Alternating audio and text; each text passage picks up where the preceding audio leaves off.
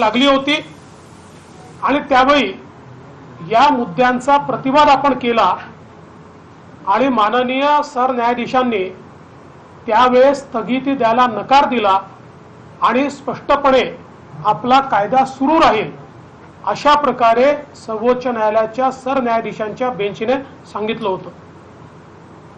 नंतरच्या काळामध्ये जेव्हा नवीन बेंच तयार झाला आणि त्या बेंच पुढे ही केस गेली त्यावेळी आत्ताच्या सरकारनं त्याच्यासमोर ज्या काही बाबी मांडल्यात त्या मांडत असताना कुठेतरी समन्वयाचा अभाव आम्हाला पाहायला मिळाला। 2-2, 3-3 वेळा वकिलांना आमच्याकडे माहितीच आली नाही असं सांगावं लागलं, आम्हाला इन्स्ट्रक्शन्स नाही असं सांगावं लागलं आणि त्या माहिती अभावी केस ॲडजन करावी लागली। एकूणच समन्वयाचा मोठा अभाव हा पाहायला मिळाला आणि त्यातून या कायद्याला स्थगिती मिळाली। खरं तर सर्वोच्च न्यायालयाचा एक नियम आहे, सर्वोच्च न्यायालयामध्ये कायद्याला कधी स्थगिती मिळत नाही। ऑर्डिनन्सला अध्यादेशाला स्थगिती मिळते पण कायद्याला स्थगिती मिळत नाही। एक अलिखित त्यांचा नियम असा आहे आणि अनेक जजमेंट्स अशी आहेत की कायद्याच्या संदर्भात अंतिम सुनावणी झाली पाहिजे, त्याला स्थगिती देता येत नाही। परंतु तरी देखील या समन्वयाच्या अभावातनं त्या ठिकाणी कायद्याला स्थगिती मिळाली आणि ज्यावेळी स्थगिती मिळाली त्याच वेळी आमच्या मनामध्ये संशयाची पाल चुकचुकली की जर कायद्याला स्थगिती देत नाहीत तर या ठिकाणी स्थगिती का मिळाली। त्यानंतर राज्य सरकारने लार्जर बेंचकडे आम्ही जाणार असं सांगितलं। कित्येक दिवस रिव्ह्यू पिटिशनच दाखल झालं। मग त्याच्यानंतर लार्जर बेंचकडे आपण गेलो आणि त्या ठिकाणी देखील आपण बघितलं की समन्वयाचा मोठा अभाव होता। गायकवाड कमिशनच्या रिपोर्टचं ट्रान्सलेशन हे सातत्याने छत्रपती संभाजीराजे देखील सांगत होते हे ट्रान्सलेशन झालं पाहिजे, इतर याचिकाकर्ताही सांगत होते पण ते शेवटपर्यंत होत नव्हतं। एवढंच नाही तर ज्यावेळी कोर्टाचा असा एक त्या ठिकाणी माननीय कोर्टाने त्यांचा एक समज झाल्यामुळे विचारलं की असं कसं गायकवाड कमिशनच्या रिपोर्टला कोणीच विरोध केला नाही किंवा कोणीच त्यांच्यासमोर कसं बोललं नाही, म्हणजे हा काय एकतर्फी रिपोर्ट आहे का। त्यावेळी आमच्या वकिलांजवळ ही माहिती ही द्यायला हवी होती की हजारो ॲप्लिकेशन्स जशा बाजूच्या आल्या तशा विरोधातल्या आल्या आणि त्या प्रत्येक विरोधातल्या ॲप्लिकेशनला गायकवाड कमिशननी हिअरिंग दिलं, विभागात जाऊन त्या ठिकाणी बोलवून आणि त्या हिअरिंग दिल्यानंतर त्या प्रत्येक अर्जाचा कायदेशीर निपटारा केला। म्हणजे हा काही एकतर्फी तयार केलेला अशा प्रकारचा रिपोर्ट नव्हता, सगळी प्रोसेस फॉलो करून तयार केलेला हा रिपोर्ट होता। गायकवाड कमिशनने 50% वर आरक्षण का दिलं पाहिजे आणि कसं ते इंदिरा साहनीने त्यांच्या म्हणजे केसमध्ये जे सांगितलंय त्या मॅन्डेटमध्ये कसं बसतं या संदर्भात सगळी माहिती त्यात दिली होती। दुर्दैवाने आपण सर्वोच्च न्यायालयाला ते योग्य प्रकारे पटवू शकलो नाही आणि म्हणून माननीय उच्च न्यायालय किंवा त्यानंतर चीफ जस्टिसच्या बेंच पुढे आपण जे करू शकलो ते या ठिकाणी होऊ शकलेलं दिसत नाही आणि त्यातनं त्यांनी 50% वरचं आरक्षण देता येणार नाही असं सांगून हे आरक्षण रद्दबातल केलं। हे करत असताना आश्चर्याची गोष्ट अशी आहे की इतर सगळी जी राज्य आहेत त्या जवळजवळ 9 राज्यांमध्ये आज 50% वरचं आरक्षण आहे, ते मात्र रद्दबातल झालेलं नाही, त्याच्या केसेस चाललेल्या आहेत। पण ही केस मात्र या ठिकाणी निकाली निघून आणि हे आरक्षण रद्दबातल झालंय। त्यामुळे याही संदर्भात मला असं वाटतं की एक अत्यंत वेगळी अशी परिस्थिती आपल्याला पाहायला मिळते। अनेक बाबी याच्यामध्ये आहेत की ज्या आपण योग्य प्रकारे कोर्टाला पटवून देऊ शकलो नाही।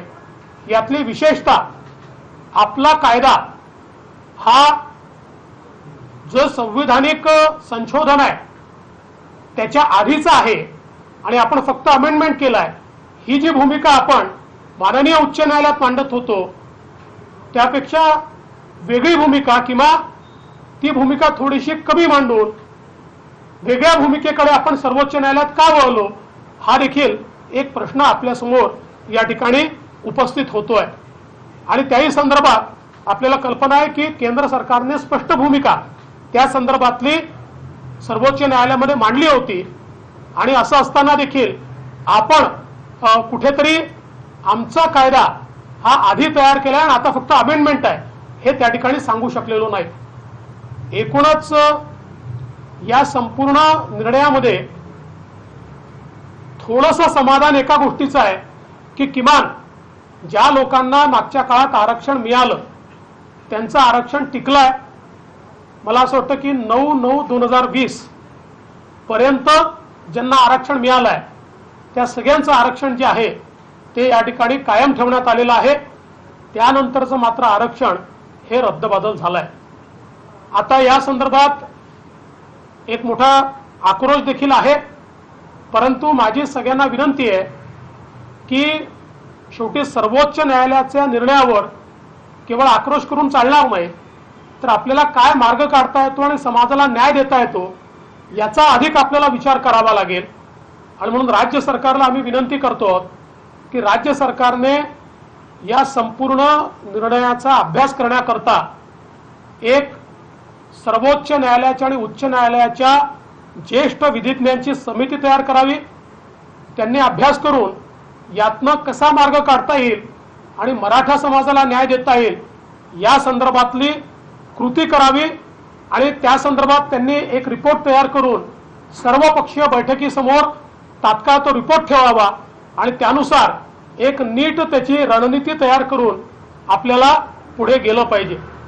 खरं म्हणजे न्यायालयामध्ये आपण न्यायालयीन लढाई लढत असतो, परंतु न्यायालयीन लढाई लढत असताना न्यायालयाचे देखील ज्याला आपण आपल्या बोलीभाषेमध्ये गनिमी कावा म्हणतो अशा प्रकारे काही कायदेशीर देखील गनिमी कावा असतो की ज्याच्यामध्ये शेवटी वेगवेगळे वकील वेगवेगळ्या गोष्टी मांडत असतात आणि त्यातनं आपली गोष्ट योग्य कशी आहे ती कायदेशीर कशी आहे हे पटवून देणं या संदर्भात देखील महत्त्वाच्या काही गोष्टी कराव्याच्या लागतात। मला असं वाटतं की आतापर्यंत जे काही झालं असेल त्यात ते दिसलं नाही आहे, पण भविष्यात हे देखील आपल्याला त्या ठिकाणी करावं लागेल। आणि मी ज्यावेळेस गनिमी कावा म्हणतोय त्यावेळेस त्याचा चुकीचा अर्थ कोणी काढू नये।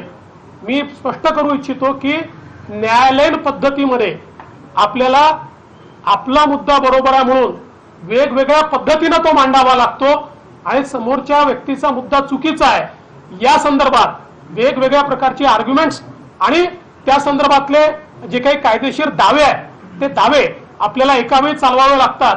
तर मला असं वाटतं या सगळ्या गोष्टींचा विचार हा आता येत्या काळामध्ये होण्याची आवश्यकता आहे आणि म्हणून सरकारने तात्काळ या संदर्भात कारवाई करावी। आणि त्याचसोबत आता हा जो काही मधला काळ आहे या काळामध्ये किमान आपण मागच्या काळामध्ये मराठा समाजाच्या हिताच्या शिक्षणाच्या स्कॉलरशिपच्या रोजगाराच्या अशा वेगवेगळ्या योजना सुरू केल्या होत्या, ज्या योजनांना या सरकारने आता पहिले तर निधीच दिला नाही आणि त्यानंतर दाखवण्यासारखा निधी दिला पण प्रत्यक्षात तो मिळत नाही।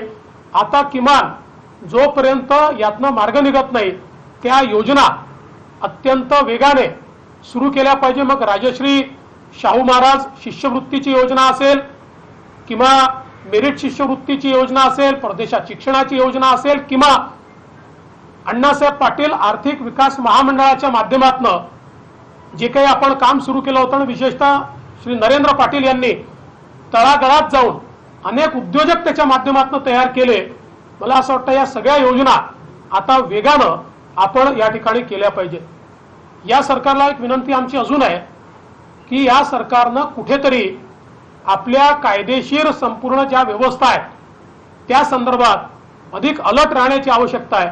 कारण मागच्या काळात आपण बघितलं की जवळजवळ 14-15 महिने ओबीसी आरक्षणाच्या संदर्भात या सरकारनं उचित भूमिका मांडली नाही आणि केवळ तारखा घेत राहिले। त्यामुळे निवडणुकीत स्थानिक स्वराज्य संस्थांच्या निवडणुकीत ओबीसी समाजाला जे आरक्षण मिळालंय त्याच्यावरही गंडांतर आलं आणि तेही सर्वोच्च न्यायालयाने स्थगित केलं आणि अजूनही त्याच्यावर पुढची कारवाई या सरकारने केलेली नाही। त्यामुळे एकूणच सामाजिक न्यायाचे जे मुद्दे आहेत ते भाषणात न बोलता ते कृतीत आले पाहिजेत असं आमचं मत आहे आणि अशा प्रकारची कृती करण्याकरता सरकार जे निर्णय घेईल त्या निर्णयाला विरोधी पक्ष म्हणून आम्ही पूर्णपणे त्या ठिकाणी समर्थन देऊ, पण सरकारने कुठेतरी सिरियसली आणि सिन्सिअरली पुढे होण्याची आवश्यकता आहे असं आमचं मत आहे।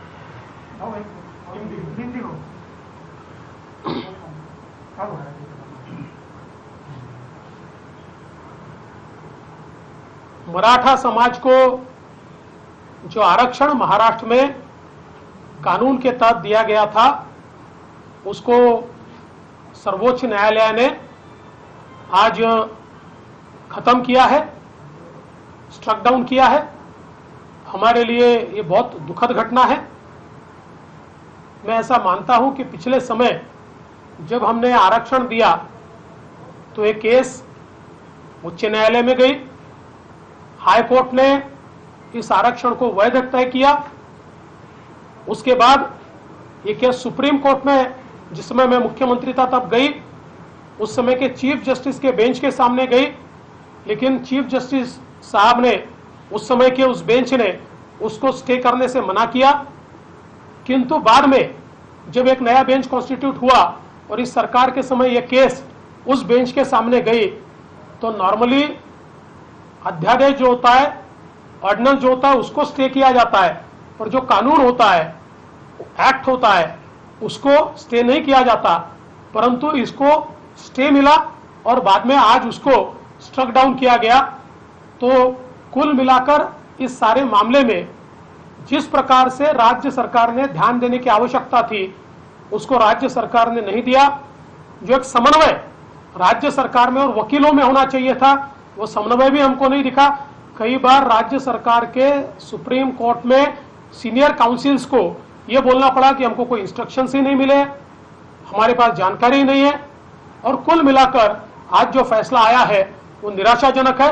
अब हमारी सरकार से मांग है कि सरकार ने तुरंत इसके ऊपर सीनियर काउंसिल्स का पैनल तैयार करके और इसमें हम क्या रास्ता निकाल सकते हैं उसका एक पेपर तैयार करना चाहिए और सभी पक्षों को साथ में लाकर एक मीटिंग करनी चाहिए। राज्य सरकारचं फेल्युअर आहे का मराठा समाजाच्या महाराष्ट्रपणाची बाजू? मला असं वाटतं की मी अतिशय स्पष्टपणे सगळे मुद्दे मांडले आहेत, आता याच्यात अजून प्रश्न उत्तरांची आवश्यकता नाहीये।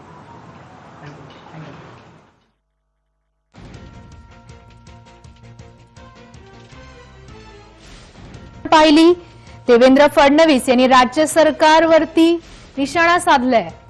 9 राज्यांमध्ये 50% जास्त आरक्षण दिलं गेलं असं वक्तव्य देवेंद्र फडणवीस यांनी पत्रकार परिषदेत केले। तर मराठा आरक्षण रद्द होणं हे निराशाजनक असल्याचं देवेंद्र फडणवीस यांनी म्हटलंय। मविया सरकार मराठा आरक्षणाबाबत गंभीर नव्हतं असा आरोप देखील फडणवीसांनी केलाय। मवियानं न्यायालयात मराठा आरक्षणाचा लढा ताकदीनं दिलाच नाही असं सुद्धा त्यांनी वक्तव्य केलंय। सर्वोच्च न्यायालयात वकिलांना पुरेसं पाठबळ दिलं नाही असा आरोप देवेंद्र फडणवीस यांनी केलेला आहे। तसंच गायकवाड आयोगानं नियम पाळून अहवाल दिला असं त्यांनी म्हटलंय।